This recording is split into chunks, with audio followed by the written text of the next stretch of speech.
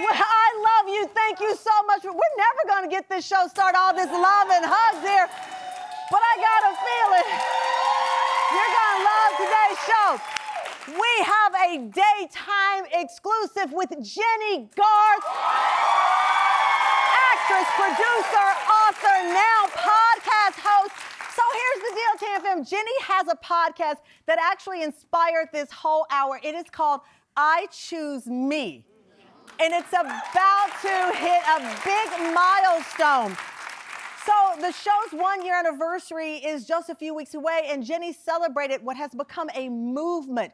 Wherever she goes, people are saying, I choose me. In fact, last month, she had experts and people who focus on empowerment talking about the fact that choosing yourself does not make you selfish. I love that. So here's the deal. If I choose me rings a bell, this is the best part. It's actually a line from 90210. Specifically, season 5, episode 30. Okay, here's what happened. There was a big moment. Kelly Taylor had to choose between her two loves, Dylan and Brandon. Take a look at that scene. Have a nice trip. Can't go with you. Not this time. I've made my choice, and I choose me. I hope you understand. So, Jennie says those 3 words, I choose me, have become a formula for fulfillment, helped her at a time when she felt that she didn't have a purpose. And now Jennie says her purpose is to help all of us celebrate self-love, build confidence, and find our inner strength. Take a listen. What started as a line in a script has become a guiding force for me. I've learned that loving yourself is not selfish, because when you choose yourself, you unlock a life that aligns with your values and passions. On this pod, I am going to share my life with you on a whole new level.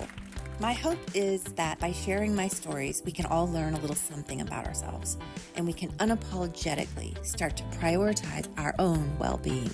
Let's start choosing ourselves. TFM, please welcome our friend Jennie Garth!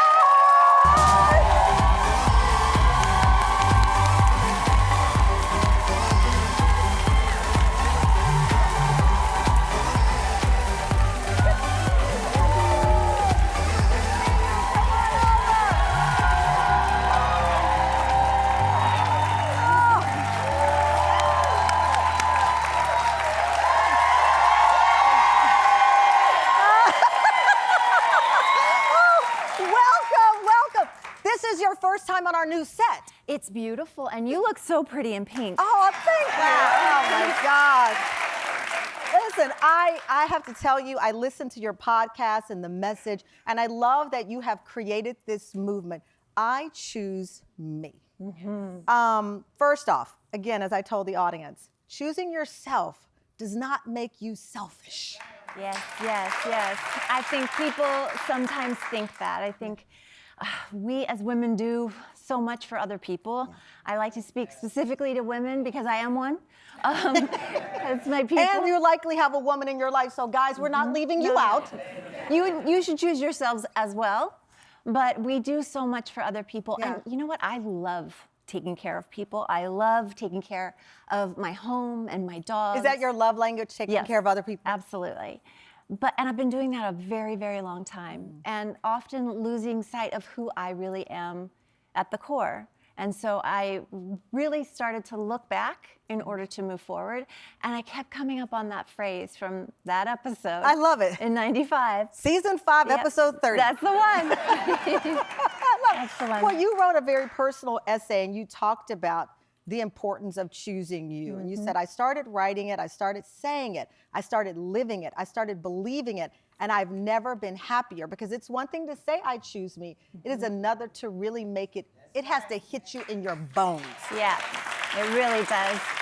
And I think that starts with, for me, it started with looking in the mirror and saying, I love you. Like really connecting with myself, and also that young Jennie, that little girl that still is in there that doesn't know what's going on, and she's still afraid. And You know, it's interesting that you said you had to look in the mirror and say, I love you, because obviously you're an actress, a very celebrated actress. It would be easy for someone to assume that most of your life, you've been acting since you were a kid. Yeah. You've had people worshiping you, wanting your autograph, being a fan, but that doesn't mean you love you.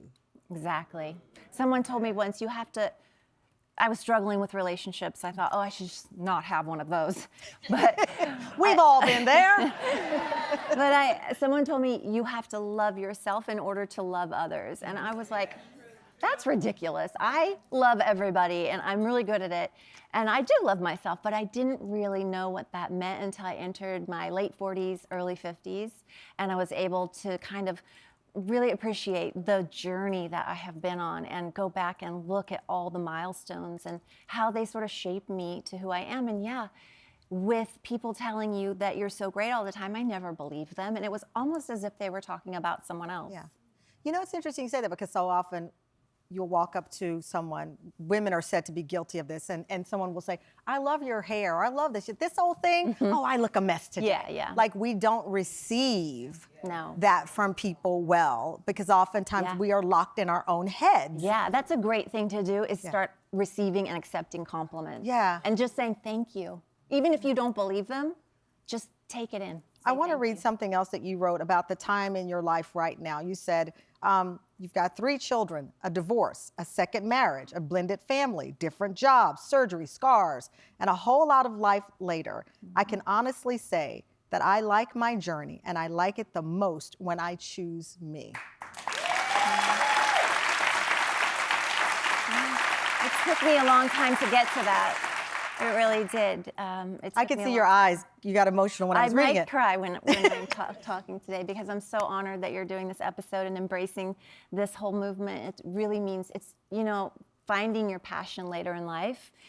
It's just so significant when you've really been lost for a very, very long time. And you felt lost? I mean, again, going back to this 90210, I mean, there's not a place in this world. We have people here from Sweden. There's nowhere in the world that you can turn on the TV, minus YouTube, and I feel like 90210 is not on. But that this is your purpose. It's almost like you've lived 2 lives. It really is. I always thought, that was my job, and I would go home and live my real life. Oh. But, as an actress, you're always playing someone else, and you're stepping into someone else's character that they've written for you, and you're always doing what people expect of you or want from you, and trying to get people to approve of you and want you and like you. Yeah.